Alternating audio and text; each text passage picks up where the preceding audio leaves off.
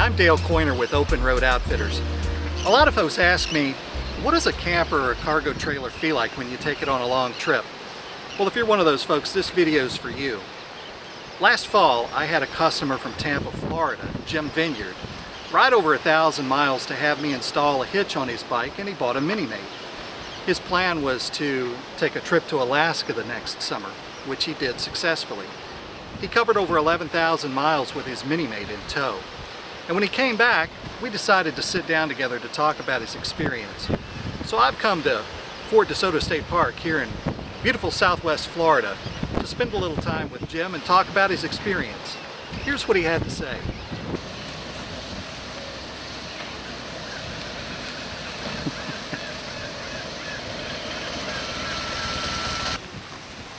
That's good to go. We should be good this time, all right, Jim. Good. Well, thanks for coming down. I really appreciate it. And first, I have to say congratulations on completing this trip. I mean, this is something that a lot of people think about. I know it took a lot of planning. It's been in the works for a long time. I've probably wanted to go for 20 years, but it didn't happen until this last year. So my wife kept encouraging me the last couple of years because, as she said, I'm not getting any younger.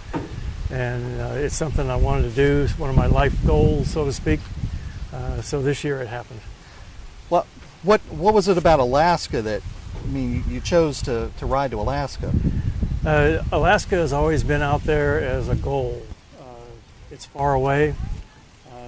I like the animals, the wilderness aspect, the high mountains, the hardiness of the people.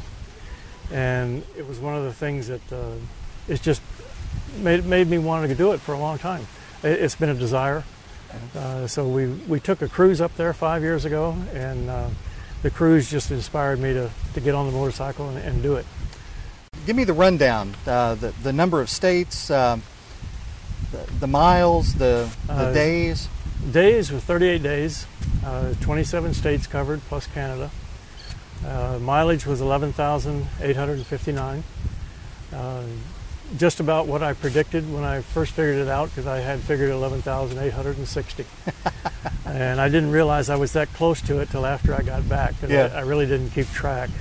Jim, I know you saw a lot of things on this trip. I mean, what really stood out for you? I think two things were the ones that stood out the most. One was Devil's Tower. I was most impressed that the thing just comes up out of the earth. It's 865 or something feet tall. The Indians used it as a religious area, so there were Indian bundles of things that they considered religious around the area. The other one that really impressed me was the President's Monument. The faces carved into the granite.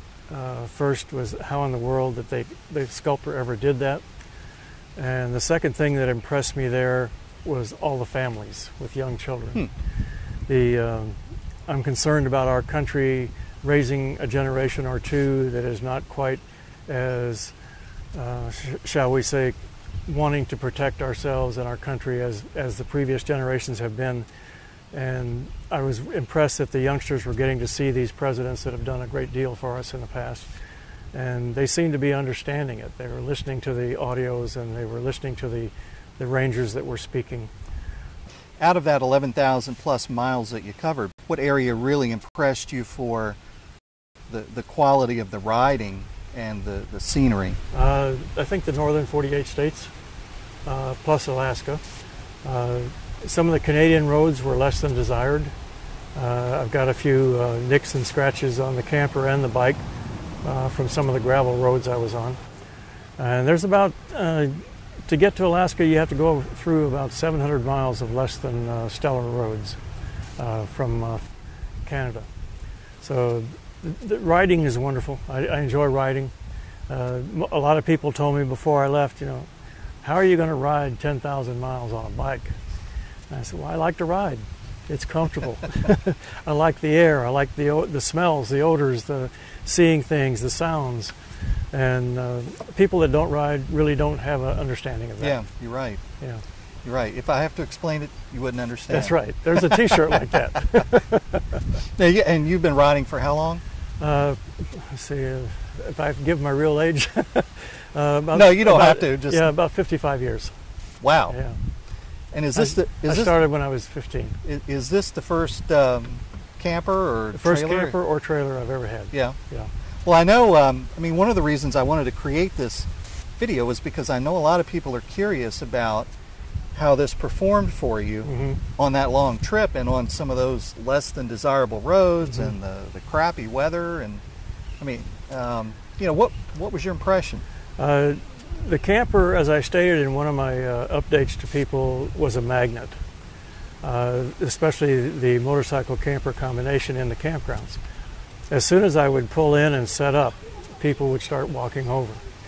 That's really a camper. Yes, it's a camper. How do you fit in there? And I go through the sizes. I have 3 inches to spare. This is what it's like on the road. Don't you notice it behind a motorcycle? Not really. You know, it pulls very easily. It only weighs 240 pounds, and there's not much tongue weight on the cycle. Where'd you get it? And then I talk about your place. And probably, I would say I think I camped in it 17 nights, and I had probably 50 people come by in those 17 nights. I know that you had a number of choices, different campers that you looked at. What did you evaluate, and why did you settle on the Minimate? I think the ease of setup and takedown, that it's so quick, 2.5 minutes. Also, its width. It's only 3 inches wider than my bike with the saddlebags on it. So at that time I was concerned about air drag, but I'm not really sure that's a thing to be concerned about anymore. And it's lightweight. It's easy to pull. You can push it around your yard, your driveway, whatever you need to do without a problem. My wife can move it without a problem. Not that she would. She didn't even want to go with me, but but I think those were the major reasons. Yeah. Most of the campers that I looked at were larger than this one. Also translates into more expensive than this one. But those are the reasons that I chose it. Okay. I mean, I'm sure you encountered a lot of different weather conditions and road conditions.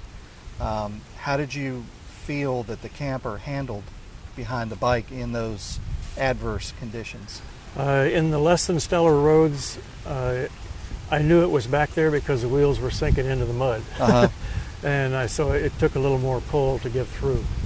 The Canadian roads I referred to, from Whitehorse on up to Tok, Alaska, tremendous amount of grading and road work that I guess they do every year there. So the gravel was bouncing around from the trucks passing. I did get a couple dings here and there, but it pulled still fairly easily. I wasn't concerned about it. Okay. The rain didn't seem to bother anything. You kind of had some ideas going in, what were valuable to you. I mean, what do you think now about the campers, and what advice would you give folks? The first advice I would give them is to really think whether or not you're going to use it. I only used it out of 38 days. I camped 16, and that part of that was because I was visiting relatives and stayed in their houses. If you're going to use it a lot, it'll save you a bunch of money, especially if you're going north of the border, because most motels, well, even in the upper 48, most motels are running anywhere from 100 to 160 a night.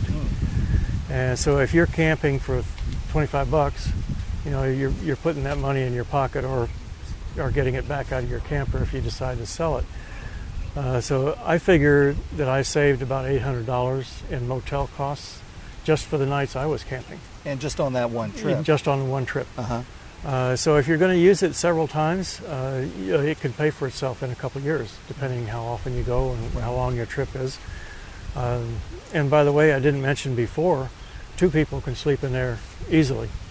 I was by myself, but 2 people would have room.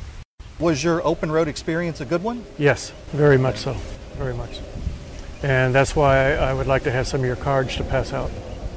Great. Anybody I meet that asks me, I can give them a card, say this is the guy to call. Well, I'll make sure to get you some. Yes. Well, Jim, Thanks again. I really All right. appreciate you coming down and Thank you. taking the time out. And I know that folks that are thinking about this are going to find your experience valuable, so I appreciate Good. it. I hope they do. Yeah, great. Well, that was a great conversation with Jim, and I hope it helped. If you're thinking about a motorcycle camper or a cargo trailer, whether it's for a trip to Alaska or cross country or maybe just for some weekend trips, I hope you'll contact me because I'd love to help you out, and I hope you have many happy journeys. This is Dale Coiner for Open Road Outfitters from Fort DeSoto State Park. It's 5 o'clock somewhere. In fact, I think it's 5 o'clock right here. See you later.